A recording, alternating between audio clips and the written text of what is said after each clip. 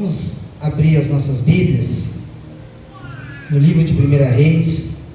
Quero agradecer, antes que eu esqueça aqui, na verdade quero parabenizar a Fran e o Ana, que sempre fazem a mesa da Santa Ceia, e toda vez muito linda a mesa. Você que também trouxe o alimento. Nós estamos servindo algumas famílias e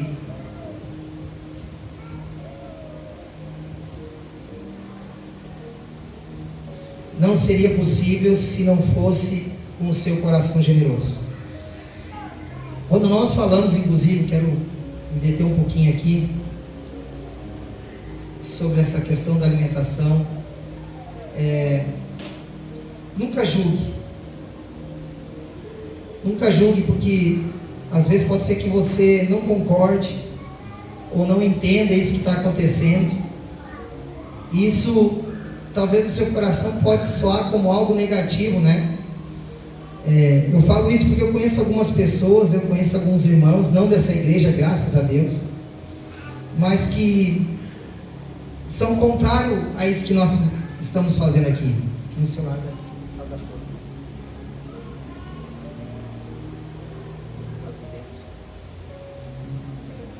Tá bom? Não, e o irmão disse assim: eu sou contra, pastor, tá ajudando com a alimentação, porque senão os caras não querem trabalhar, os caras não querem nada com nada. E de certa parte, até certo ponto, eu também consigo até mesmo concordar.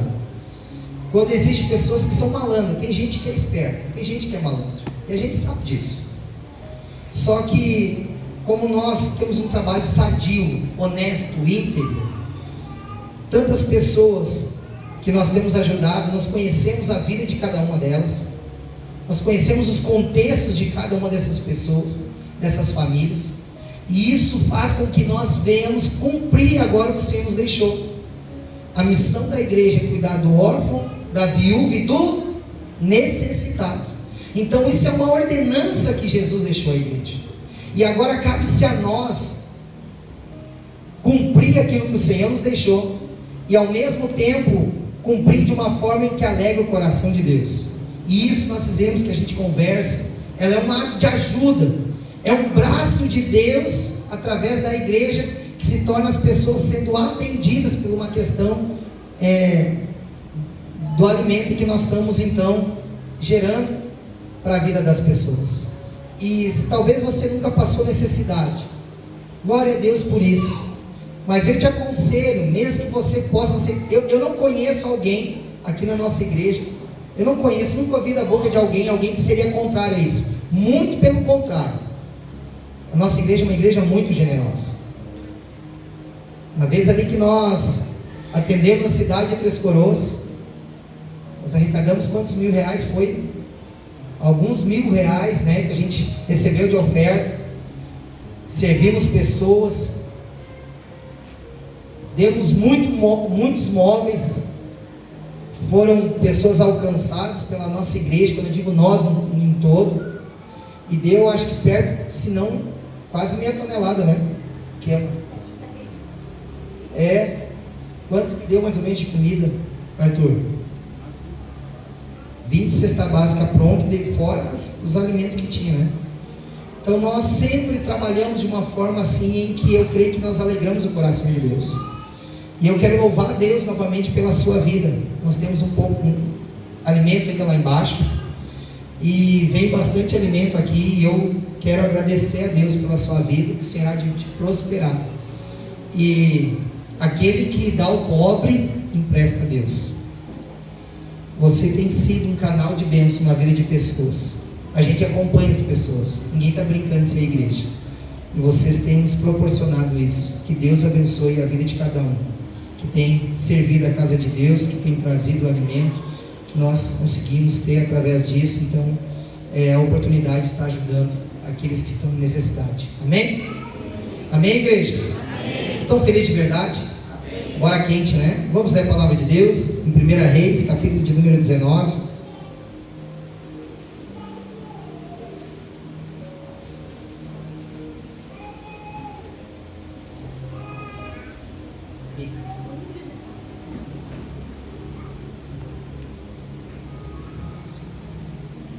1 Reis, capítulo 19,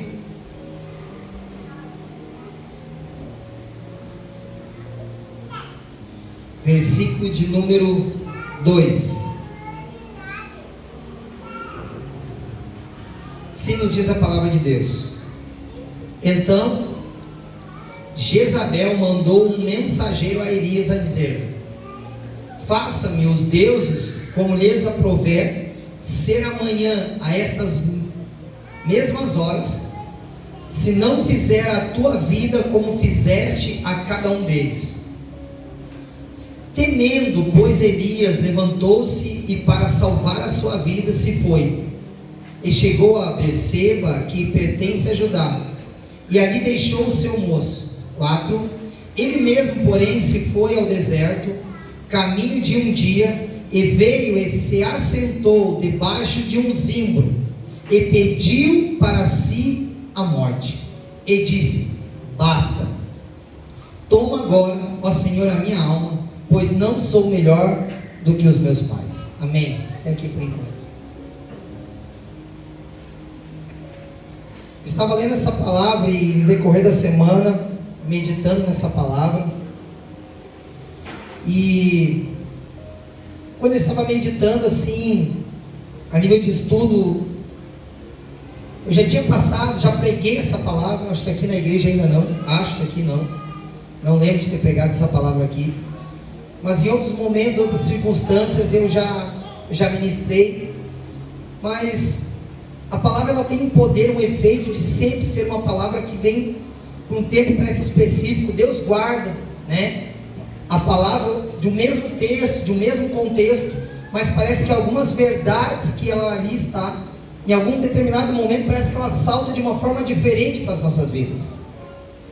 E essa semana, ainda quando eu estava escrevendo aqui, lendo, e eu já vou anotando, escrevendo algumas coisas, me chamou a atenção sobre algumas partes em que nós lemos nesses pequenos versículos, alguns detalhes que se tornam muito importantes, e que se nós, a nível de estudos, buscar o verdadeiro entendimento do que a narrativa está falando, ela não faria sentido para um homem como Elias, um profeta de Deus, um homem que orou, o sol parou, o homem que a oração dele fez com que parasse a chuva, e a mesma oração desse mesmo homem, num outro momento, orou, e através da oração dele começou a voltar a chuva novamente. Olha só, quando nós estamos falando, para nos familiarizarmos com o que nós acabamos de ler, quem é que está sendo enaltecido nessa narrativa? Para nós conseguirmos entender esse contexto dessas palavras, quem é esse homem que está sendo trazido aqui? O livro de 1 Reis, ele está trazendo a narrativa da história de que tipo de homem é esse? Quem é esse Elias? O que ele faz na sua vida? Qual é o contexto? O que está sobre a vida dele? Qual é o encargo? Né? Para nós conhecermos, nós entrarmos, navegarmos nessa palavra. O que o autor está falando? Quem é esse homem? Que tipo de contexto está sendo inserido isso? Porque quando nós entendemos de quem nós estamos falando, esse profeta tão poderoso, que nem em outro momento você vai procurar nas escrituras, você não vai ver nada igual. Um homem de uma intimidade, a ponto de ele orar a Deus, e naquele momento o céu parar, e automaticamente, através da sua oração, mudar a natureza daquilo que o cenário dentro de um cotidiano é normal que assim aconteça. É um homem que, por causa do pecado, e ali era um combate contra o espírito de Jezabel, a Bíblia fala, e Acabe. O pecado estava chegando de uma forma tão avassaladora, né? Criando maldade para o povo. E Elias, ele veio exatamente nesse cenário, como um combate de um espírito manipulador, de um espírito de um povo em que estava debaixo de promiscuidade e pecado de todas as formas. E Elias, então, ele recebe esse encargo de Deus. E ele vai e ele combate junto a Acabe, que era o rei naquela situação, e a sua esposa, Jezabel. E ali então ele se apresenta, e o povo todo reconhecia Elias como esse grande homem de Deus, como um grande profeta de Deus. E Elias então, nesse intervalo de tempo, é onde ele começa a orar a Deus e dizer: vai acontecer sinais para que vocês consigam entender que é Deus que falou com vocês. E Elias então ele começa, através das suas orações, orar a Deus, e o céu começa a responder a oração daquele homem, daquele profeta.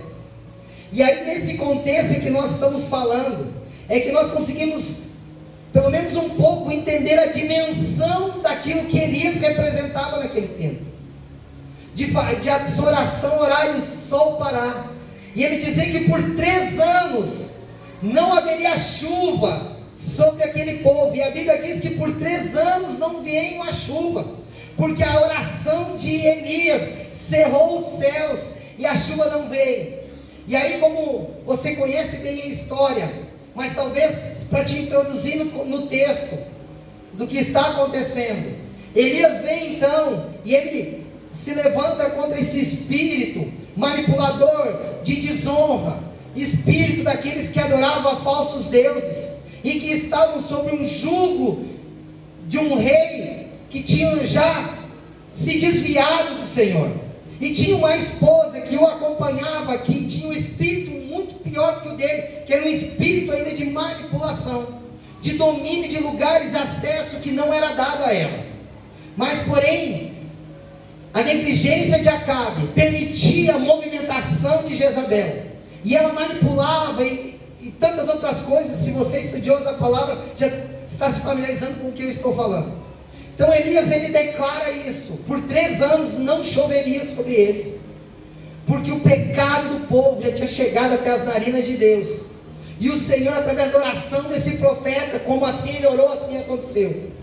E chegou nos capítulos antes, que nós lemos de 1 Reis, a Bíblia vai falar então que Elias, ele afronta o povo, quando ele diz assim, que eles serviam ao Deus de Baal. E a Bíblia vai dizer então que Elias faz uma proposta sobre eles, para que o verdadeiro Deus respondesse com fogo. E você conhece a história.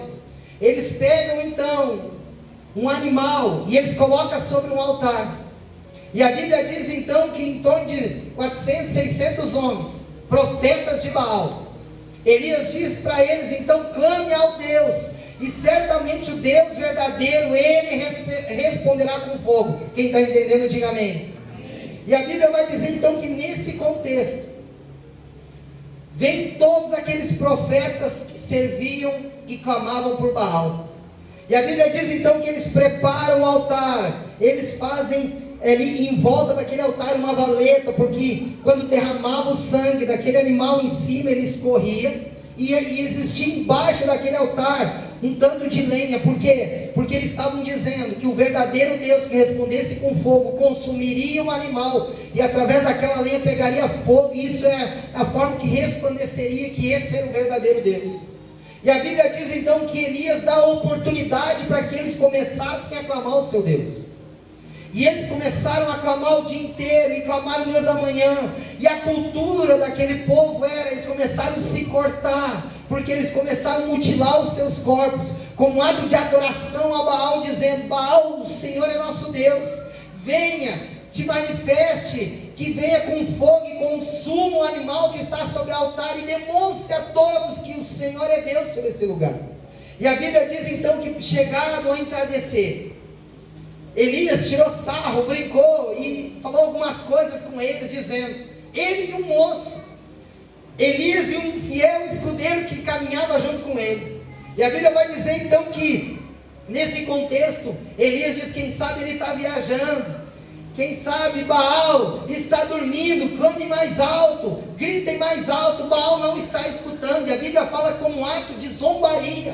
Elias zombava dizendo: vocês, uma multidão de homens, uma multidão, gente, de profetas, adivinhos, homens que também tinham reconhecimento, porque eles eram profetas de Baal. significaria o quê? Para nós estarmos nos familiarizando com a narrativa.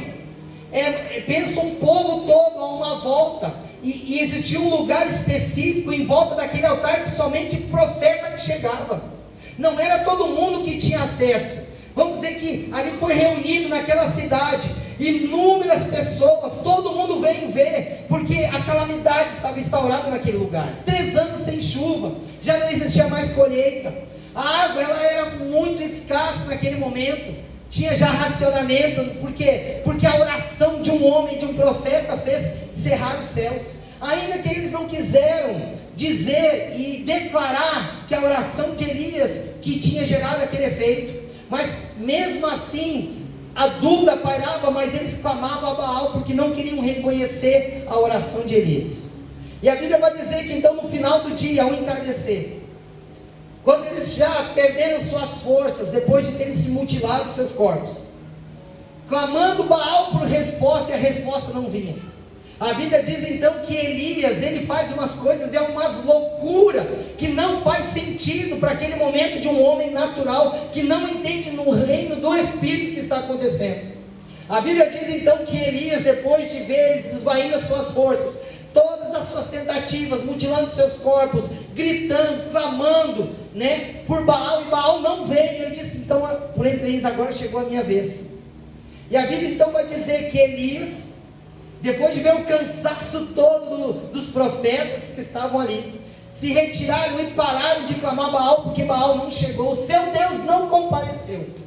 E a Bíblia diz então que naquela valeta que tinha ali, o altar pronto, o animal já ali sobre aquele ambiente, esperando o fogo do Deus verdadeiro chegar. Não era um fogo estranho, era um fogo reconhecido, porque era um sinalizador. O verdadeiro Deus vai consumir o altar com fogo. Você está entendendo? Diga amém. E naquele momento então Elias pede para alguns homens, num tempo de escassez de água, colocar a água sobre o altar. E a Bíblia diz então que aqueles homens, num tempo de escassez de água, derramaram a água sobre o animal, sobre o holocausto. E aí Elias, ainda se não fosse o suficiente, ele diz: traga mais água, e coloque, enche em volta do altar, essa vala que está colocada sobre o altar, sobre o entorno do altar, coloque água até que chegue em cima, até que transborde.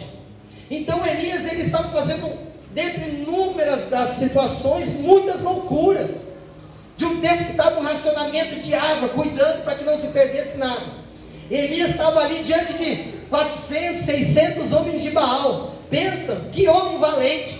Esse ali, acho que o Edson aprendeu com ele o grito dos homens, só pode, Por quê? Porque pensa, um profeta de Deus. Eu não sei você, se nós teremos coragem, ousadia de Deus de fazer isso.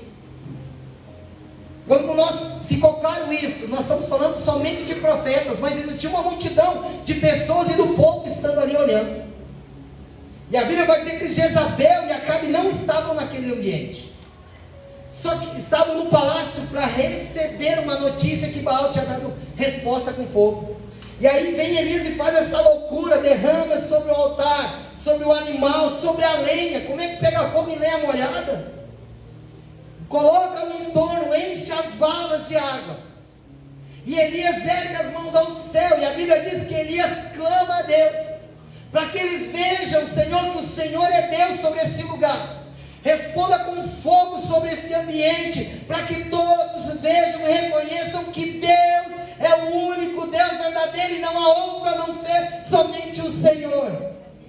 E a Bíblia diz que naquele momento que Elias ergue as mãos, ele ora a Deus, vem fogo do céu, pega fogo naquela lenha, consome o altar, e até a água, tudo que estava em volta, se tornou consumido.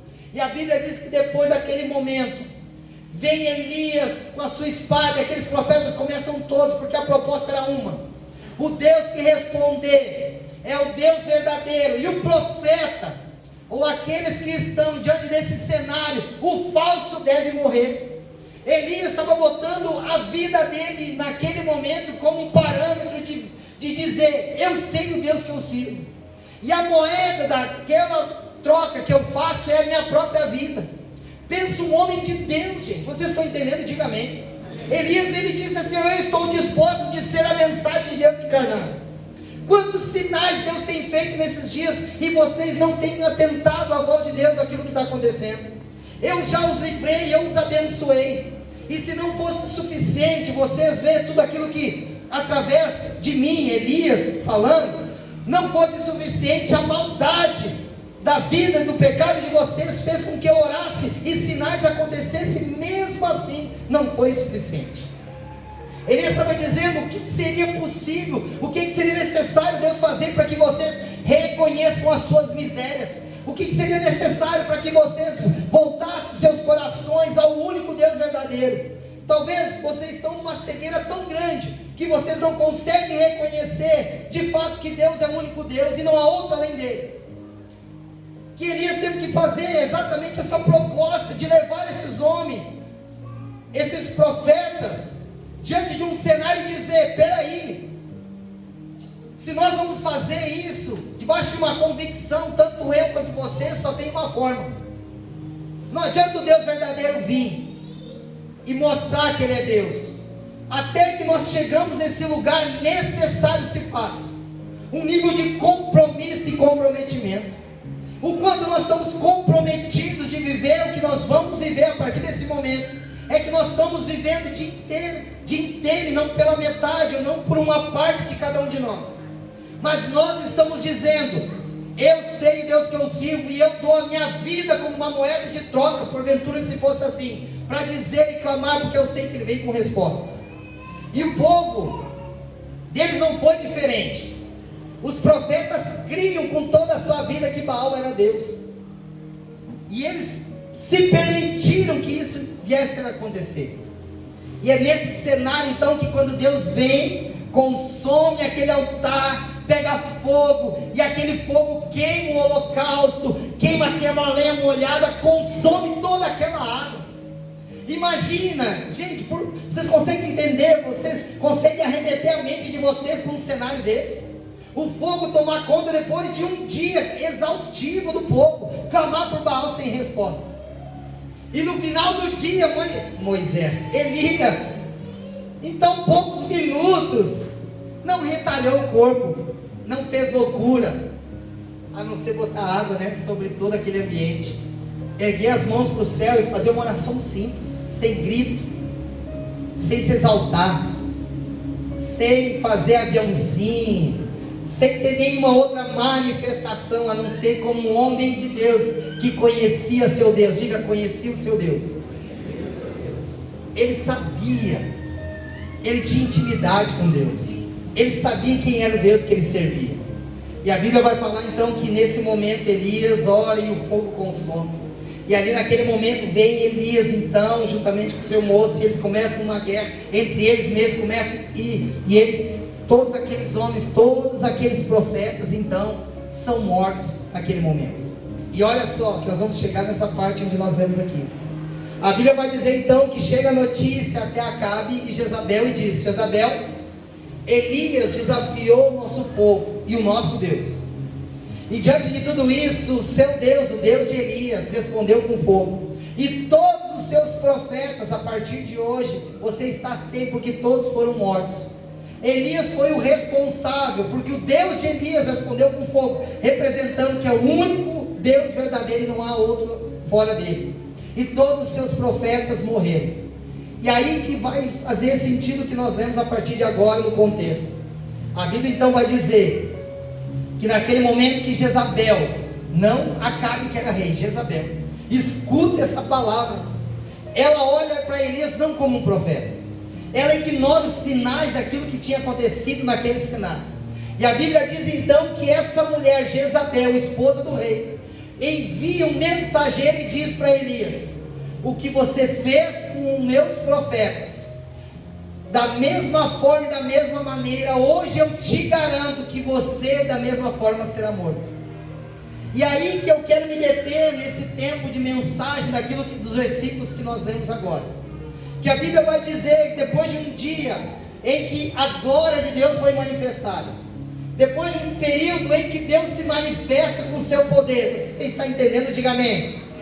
A Bíblia vai dizer que então Elias recebe da parte daquela mulher essa afronta, dizendo: eu vou te matar como você matou todos os meus profetas.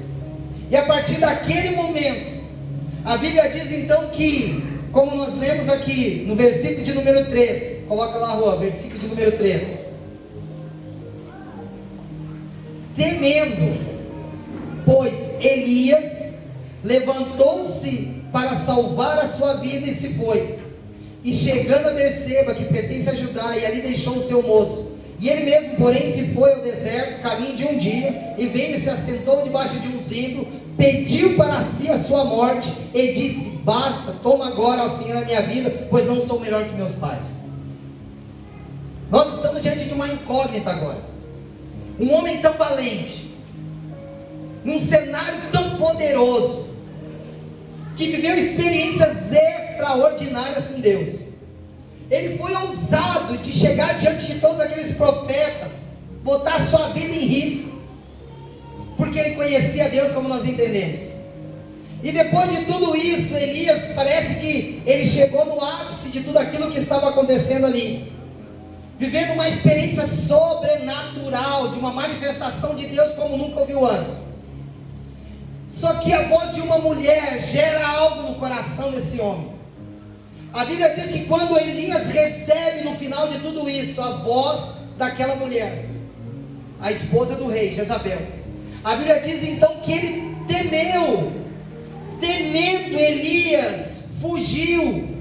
A Bíblia diz que ele deixa o seu moço, aquele que o acompanhava em Berseba, e ele começou agora um lugar de ser fugitivo, porque aquela voz daquela mulher gerou no coração dele um medo.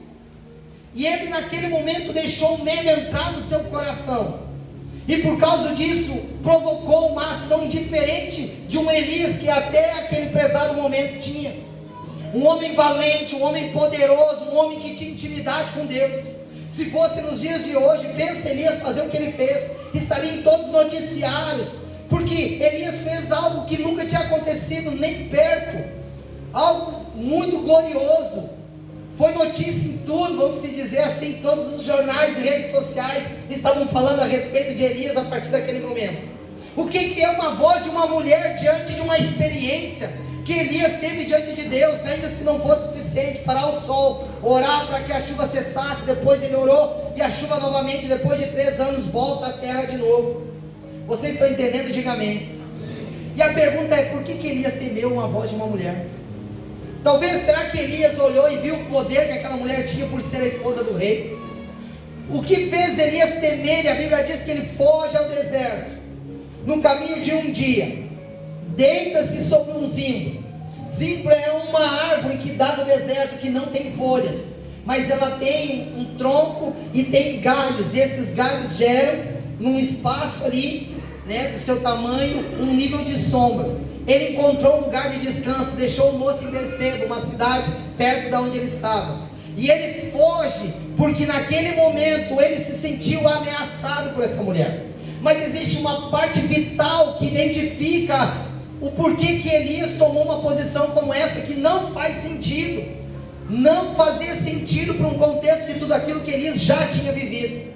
E Elias já estava num lugar aonde dentro de si ele deu tudo, e aquele momento parece que ele entrou num lugar aonde ele já não tinha mais força para combater. Não é homens, não é guerreiros, não é profetas, mas um espírito que atuava diante daquilo, porque era como se Elias estivesse dizendo: não é possível que depois de tudo que tem acontecido, e depois do dia de hoje, ainda exista alguém que lute por Baal, que foi demonstrado que ele não é Deus, é Deus de mentira, é Deus de engano, não tem poder. Salmo 115 fala: tem olho mas não olha, tem boca mas não fala, tem nariz mas não cheira, tem mãos mas não apalpam, seus pés não andam, e tornam semelhantes quantos neles fazem, quantos neles confiam. Salmo 115. Então está claro, Davi já estava falando sobre isso, uma enganação em que faz com que o povo olhe para algo, para um objeto, e faça com que aquele objeto sirva como um ponto de contato para chegar até o coração de um Deus. É isso que está acontecendo. Então Elias, ele entra nesse lugar, que talvez se fosse nos dias de hoje, seria um ato depressivo de Elias, porque a Bíblia diz que depois que ele foge ao deserto, escute, E vamos ler, para nós ficarmos na palavra. Olha o que fala o versículo de número 4. Vamos ler do começo, mas ali para o final, onde diz. Olha o que Elias fala com Deus. Vocês estão entendendo que Elias deitou e começou agora a falar com Deus, sim ou não? A Bíblia vai dizer então que Elias fala, ele mesmo, porém se foi ao deserto. Não foi o Espírito Santo, Elias tomou a decisão. Caminho de um dia, e veio e se assentou debaixo de um zimbro, dessa árvore. Aí olha o que Elias fala com Deus. E pediu para si a morte. Nos dias de hoje, quem é que pede morte? A pessoa que chega, ou a pessoa que ela vive, que ela perdeu a motivação, ela não sabe mais porque ela levanta de manhã. Antes ela amava a sua casa, ela amava a sua família, ela amava o trabalho que ela tinha, sabe? Ela amava viver, ela acordava de manhã cheio de problemas. Tinha que escolher o boleto para pagar, sabe? Aquelas questões que nós nos encontramos em guerra diariamente.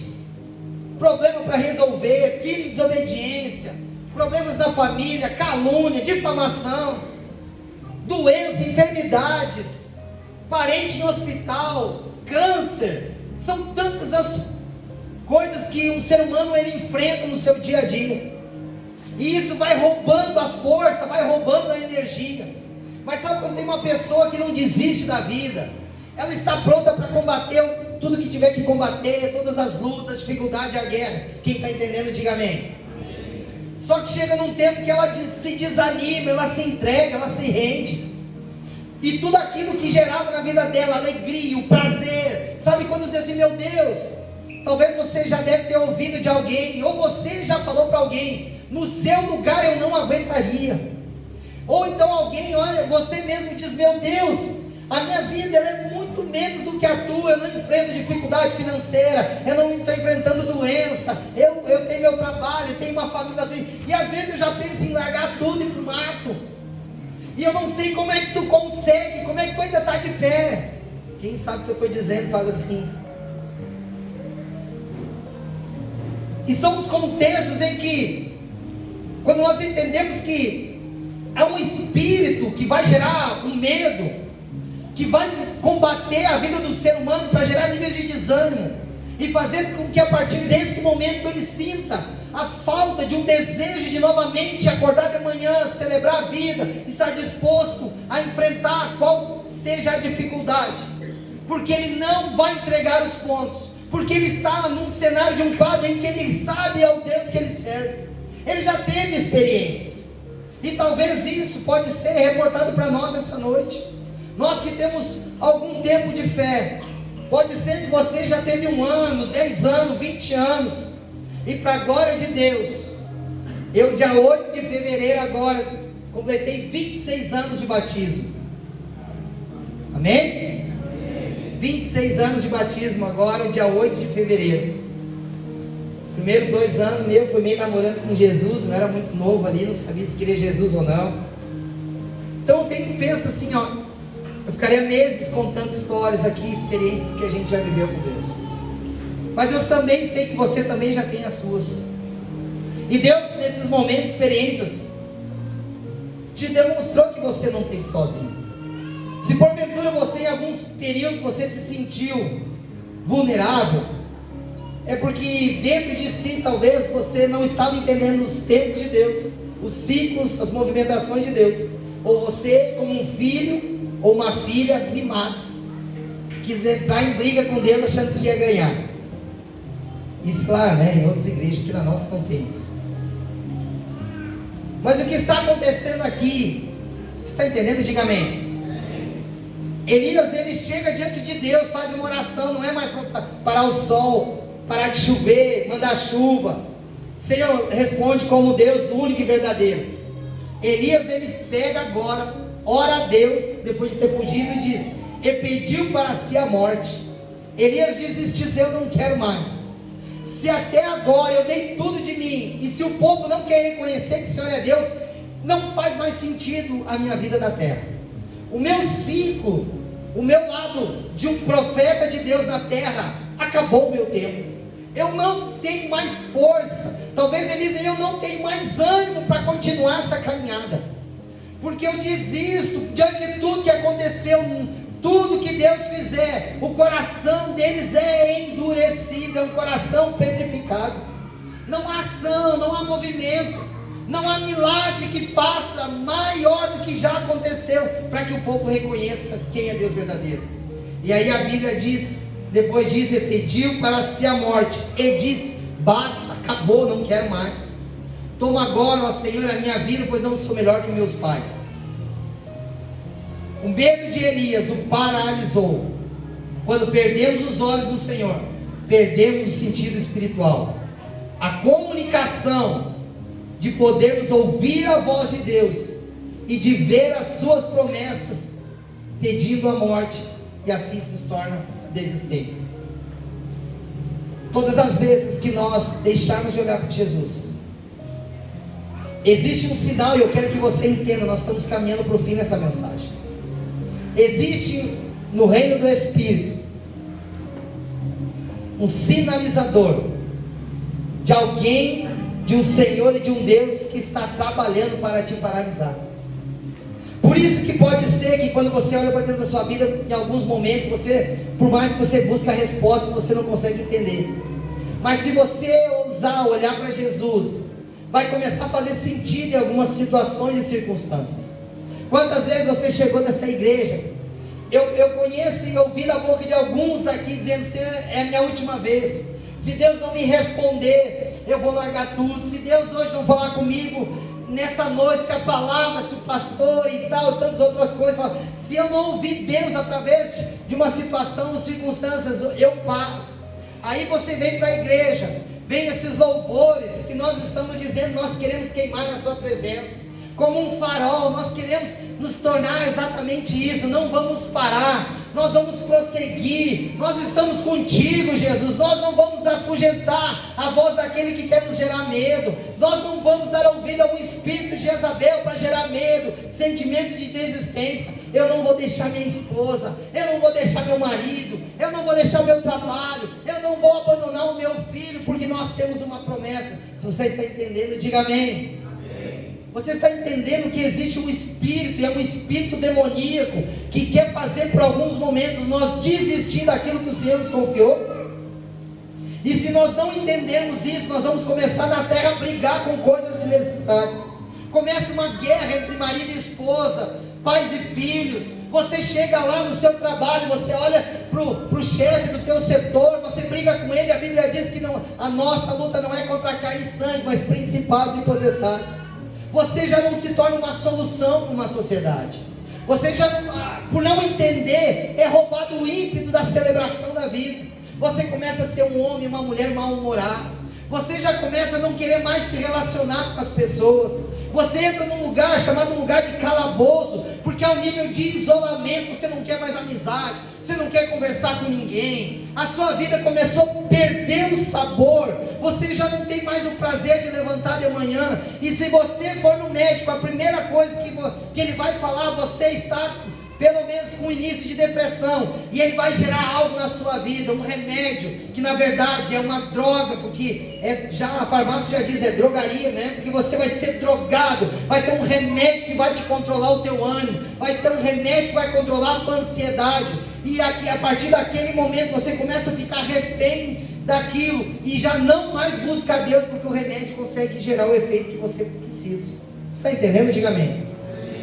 Agora, para não deixar a ponta solta: pastor, mas é errado tomar remédio? Não, muito pelo contrário, não é errado, porque Deus deu inteligência para o homem fez o remédio para gerar exatamente isso.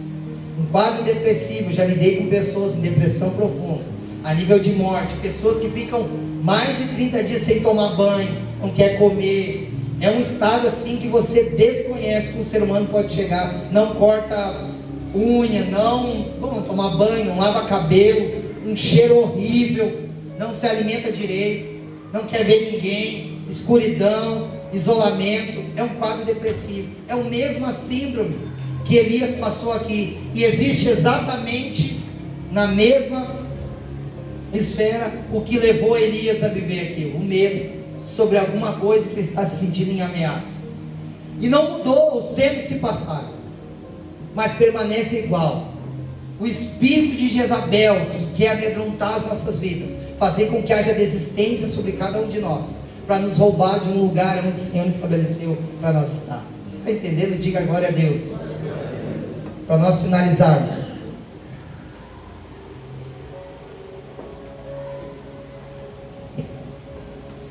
Versículo de número 5 diz assim: deitou-se e dormiu debaixo de um zimbro, e eis que um anjo tocou, ele disse: levanta-te e come.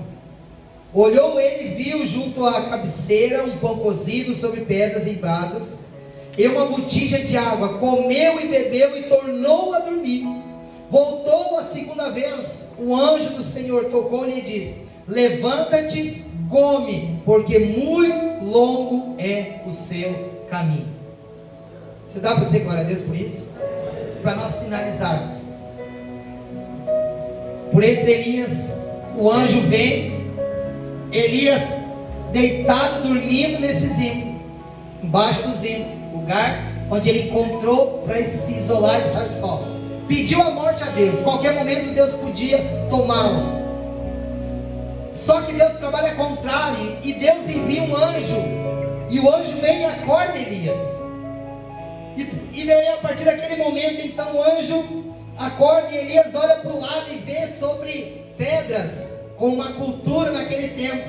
Eles botavam lenhas e faziam como se fosse uma oca, e em cima da pedra onde eles faziam o pão, tudo, porque gerava o calor, e em cima daquela pedra onde eles cozinhavam e faziam tudo, e o pão estava sobre a brasa, porque Elias já tinha caminhado num curso de um dia, então cansado, fadigado, e do lado daquelas pedras com pão, uma água, e o anjo dá uma ordem para Elias, dizendo: Elias, come e bebe. E Elias obedece a voz. Imagina aquele homem, gente. Imagina se eu e você somos acordados por um anjo, e do lado da nossa cama você está lá isolado, querendo morrer, e você é acordado por Deus, pelo anjo, e você ora, abre os seus olhos naturais. Isso não é uma experiência espiritual. Naquele cenário tem um pão sobre uma pedra, quentinho, e água para tomar. Elias come e bebe e volta a dormir, diz a palavra. Aí novamente vem o anjo, num espaço de tempo, a Bíblia não fala. Pela segunda vez vem o anjo e acorda Elias de novo.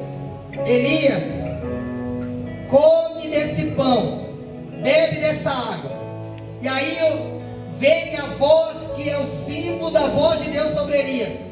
A escolha que tu teve não foi a escolha que eu tenho para a tua vida, Elias. Esse lugar de deserto, esse lugar de você estar sendo um lugar de fugitivo, que você não está somente indo para um caminho, para uma distância apenas, você está fugindo da face, não somente daquela mulher, mas também de mim como teu Deus. Vem o anjo novamente e diz: come e bebe. E aí a palavra termina dizendo: por quê? Porque muito longo é o teu caminho. É Deus dizendo: eu ainda continuo tendo sonhos sobre você, Elias.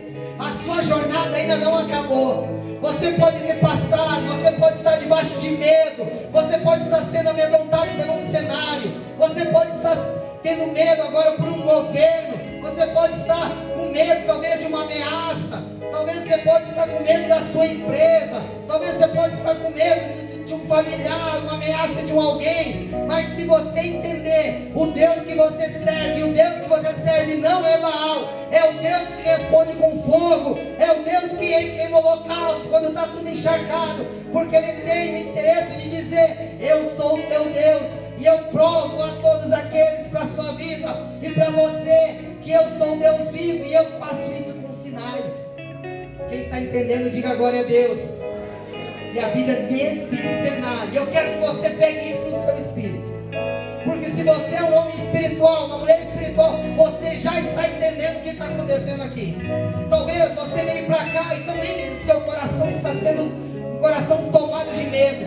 Você está com medo talvez de um governo, você talvez está com medo de notícias ruins, talvez você está enfrentando um quadro talvez de enfermidade, talvez você está enfrentando um quadro de perseguição, talvez você está enfrentando um quadro de desmotivação.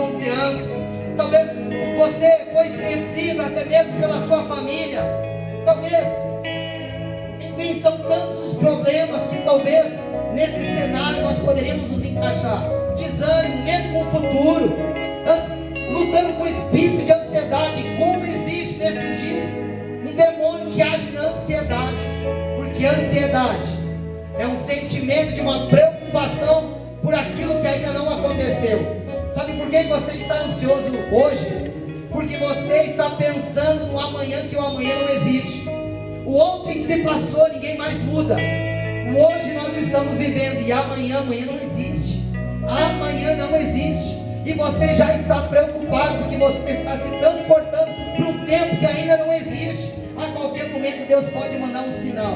A qualquer momento Deus pode intervir sobre a sua vida, mandar um profeta, mandar alguém para ser como um anjo de Deus sobre você. Agora, o que pode fazer você não crer é se você está sendo tomado e dominado por um espírito de medo, um espírito de angústia, um espírito de incredulidade. Ou você vai dizer: não, mas o que eu estou enfrentando, o quadro que eu estou enfrentando, essa enfermidade tem um diagnóstico, e lá está escrito que tantos dias eu tenho de vida, que eu vou ter que, contra esse câncer, um câncer maligno, eu estou com meus dias contados. E se você não crê no Deus que você serve, você talvez vai estar exatamente como Elias esteve, um homem que desistiu de continuar sua jornada. Mas quem sabe o Senhor te trouxe hoje, nessa noite, para dizer: eu te trouxe para cá, e o meu interesse é dizer: come e bebe, porque muito longo é teu caminho. A sua jornada ainda não acabou. O que eu tenho para a sua vida, você está no deserto, você tomou medidas, você entrou em lugares que eu não tenho aprovação sobre isso. Por que você está aí? Eis uma pergunta de Deus. A pergunta é: por que você está nesse lugar?